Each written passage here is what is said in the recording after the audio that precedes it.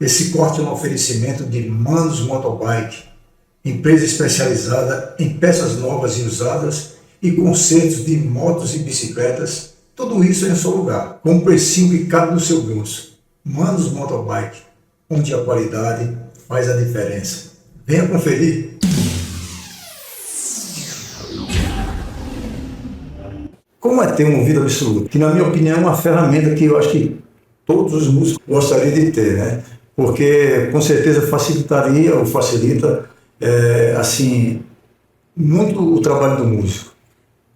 Bom, assim, ter ouvido absoluto é bom. Primeiramente, é bom quando a gente descobre que é bom. Porque antes eu não sabia que eu tinha, eu não tinha nem noção disso. Inclusive, eu vim entender o que é ouvido absoluto quando eu já estava na verdade, para falar a verdade, já era adolescente, eu já trabalhava com música. E foi quando eu vim ter aulas formais de música, foi quando eu vim ter noção do que era ouvido absoluto e descobri que eu tenho. E aí foi quando eu vim entender as maravilhas do que é ter isso, mas antes eu não sabia. Mas é bom, porque a gente fica completamente independente toca uma música e você já sabe como é cada nota, ou a harmonia que está tocando, ou simplesmente uma determinada célula rítmica.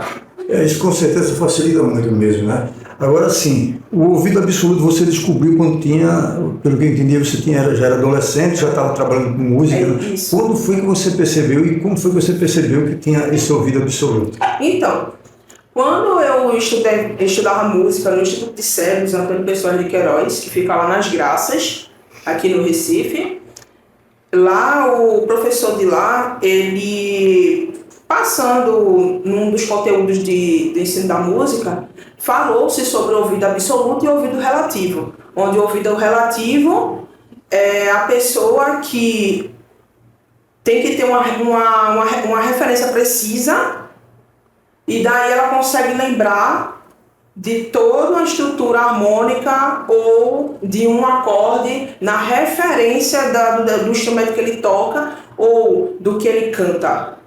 Já o ouvido absoluto não, ele é completamente independente disso, ele escuta determinada nota, independente de qual seja o instrumento, qual seja o timbre, e ele já sabe qual é aquela referência, aquela frequência emitida ali.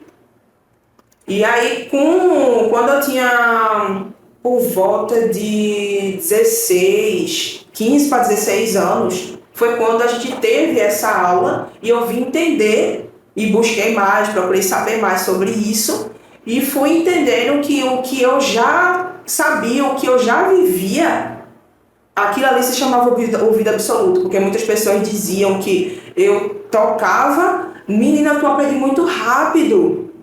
Como é que é isso? Para você ter ideia, quando eu tive minha primeira aula de violão foi com 11 anos. E assim, eu tive 4 aulas. Em 4 aulas, eu já estava tocando.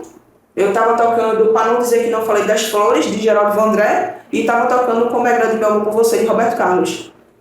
E com apenas 4 aulas. Então, na época, o que me ajudou também foi muito negócio de revistinha, né? Tocar o CD lá e ficar repetindo a música várias vezes até aprender, né? O estudo, a dedicação, mas o que eu não sabia é que o ouvido estava me ajudando nisso, porque eu conseguia decorar de uma forma melhor, eu conseguia distinguir o grave do agudo, e aí foi quando eu vim entender que a forma como eu aprendi mais rápido foi por causa do meu ouvido. A partir desse momento você passou a entender que tinha um ouvido absoluto, porque tinha facilidade em aprender as músicas, em executar. Mesmo você tendo um ouvido absoluto, ele te ajuda também na parte técnica de virtuosismo, de fazer um solo, de criar, de executar um solo assim, bem elaborado, e até difícil, vamos dizer assim. Segundo a minha vivência, certo? A minha prática, o meu estilo de vida, a forma como eu toco, eu acredito que não. Porque o ouvido absoluto, ele pode ser limitado também. E eu descobri isso também, por exemplo. Tem um ouvido, a pessoa que tem um ouvido absoluto, que ela vai distinguir facilmente harmonias, melodias e as polifonias. Eu mesmo já presenciei dar uma nota e você dizer que nota era. Uma nota, porque eu tenho uma facilidade de ouvir uma música e saber que a música está sendo executada num acorde menor, numa harmonia menor, ou num tom maior, né? Mas assim, de definir uma nota ou outra, eu não consigo fazer isso. E você, eu já presenciei por várias vezes, dar uma nota e você dizer que nota é aquela, né? Então, nesse sentido, o ouvido absoluto ele é predominante, ele realmente ajuda o músico a conhecer, a reconhecer uma nota, mesmo sendo um bemol sustenido, não é isso? Exato, ele ajuda bastante. É uma coisa que já vem com a gente, né? A parte do cérebro que é mais desenvolvido. Porém, o ouvido absoluto também tem as controvérsias, né? Porque assim, no sentido que tem que ter tem pessoas que não conseguem desligar o ouvido.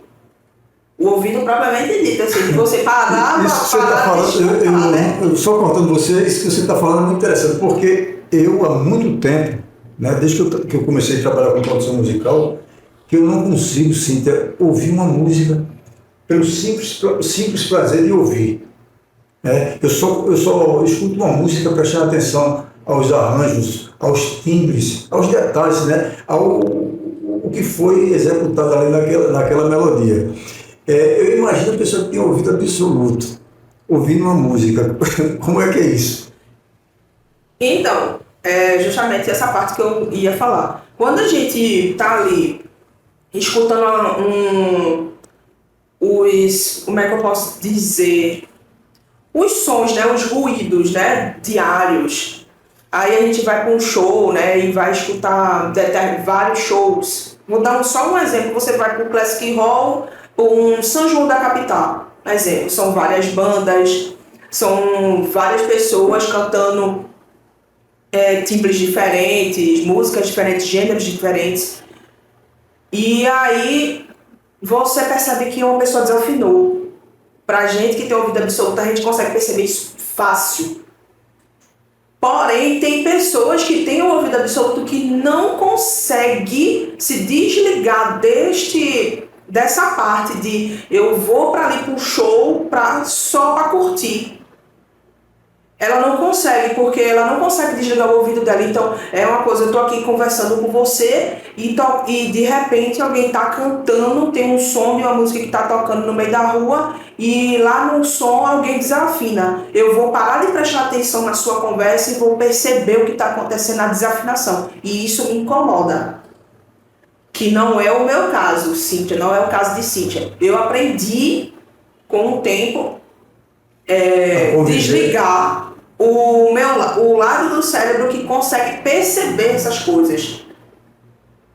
Agora, tem coisas que é tão bruscas e às vezes tá tocando às vezes as pessoas que ficam nos bares, tá tocando teclado que é um absurdo, assim, né? É tão desafinado que até o lado que eu não quero desligar, aí realmente eu olho, poxa, realmente tá demais isso, viu? Mas o lado ruim é isso. Ou, entretanto, como já aconteceu comigo, um episódio que eu vou te contar. Uma vez eu estava em casa, dormindo, e era por volta de umas 5h30, 5h40 da manhã. Eu me acordei escutando um um Ré sustenido. Eu escutei a frequência Ré sustenido da hélice do helicóptero que estava sobrevoando a área. Eu me acordei, assim, em casa todo mundo dormindo, eu me acordei e aquele negócio girando lá, e aquele ré sustenido no meu ouvido, bem grave, assim, um ré sustenido, para ser mais exato, um ré sustenido 2 na extensão do piano. E aquele negócio, o tempo todinho.